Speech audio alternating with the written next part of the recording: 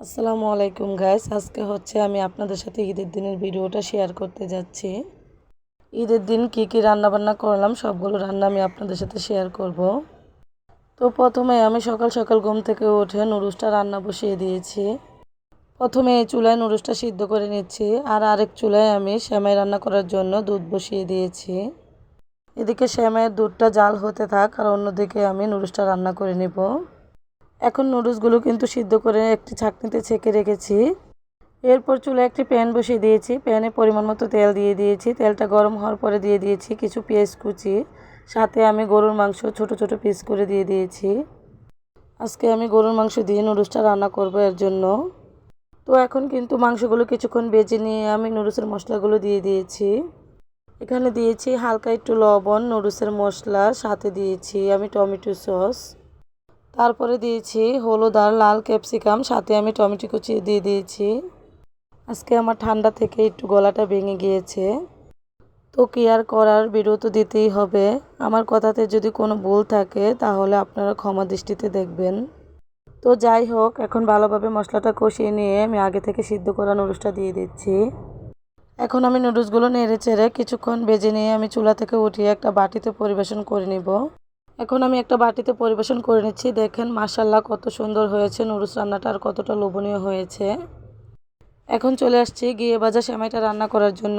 প্রথমে আমি পরিমাণ মতো সেমাই নিয়ে নিয়েছি, তারপর উপর দিয়ে কিছু নারকেল কোরানো দিয়ে দিচ্ছি। আমার কাছে সেমাইয়ের ভিতরে নারকেল কোরানো না দিলে সেমাই মনে হয় না, মনে হয় কি যেন খাচ্ছি। অনেকে নাকি সেমাইয়ের ভিতরে নারকেল কোরানো দিলে খেতে পারে না, কিন্তু এটা বুঝি না যে আমি কেন নারকেল কোরানো না দিলে খেতে পারি না। তো যাই হোক, এটা যার যার মুখের রুচি।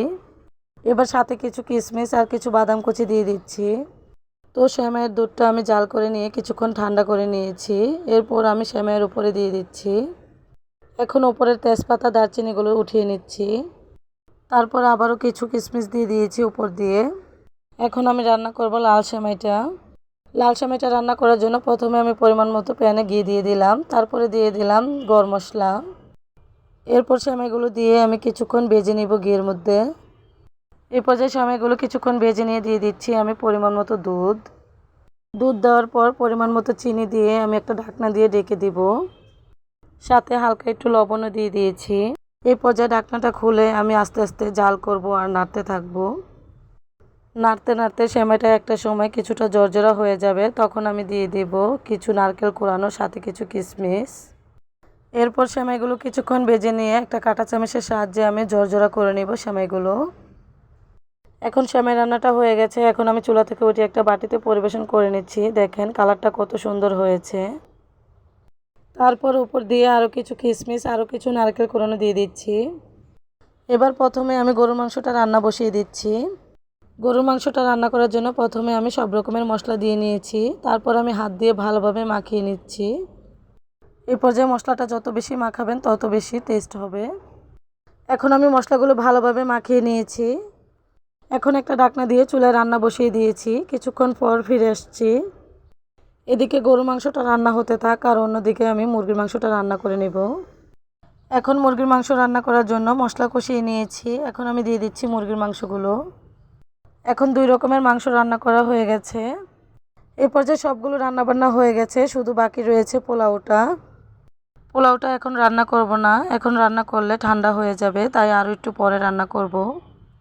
তো সকাল সকাল যেগুলো রান্না করেছি সেগুলো পরিবেশন করে নিয়েছি। তো একটা কথা বলতে ভুলে গিয়েছি, আমি কিন্তু রুই মাছও রান্না করেছিলাম। তো এগুলো হচ্ছে ঈদের দিনের আয়োজনে আলহামদুলিল্লাহ।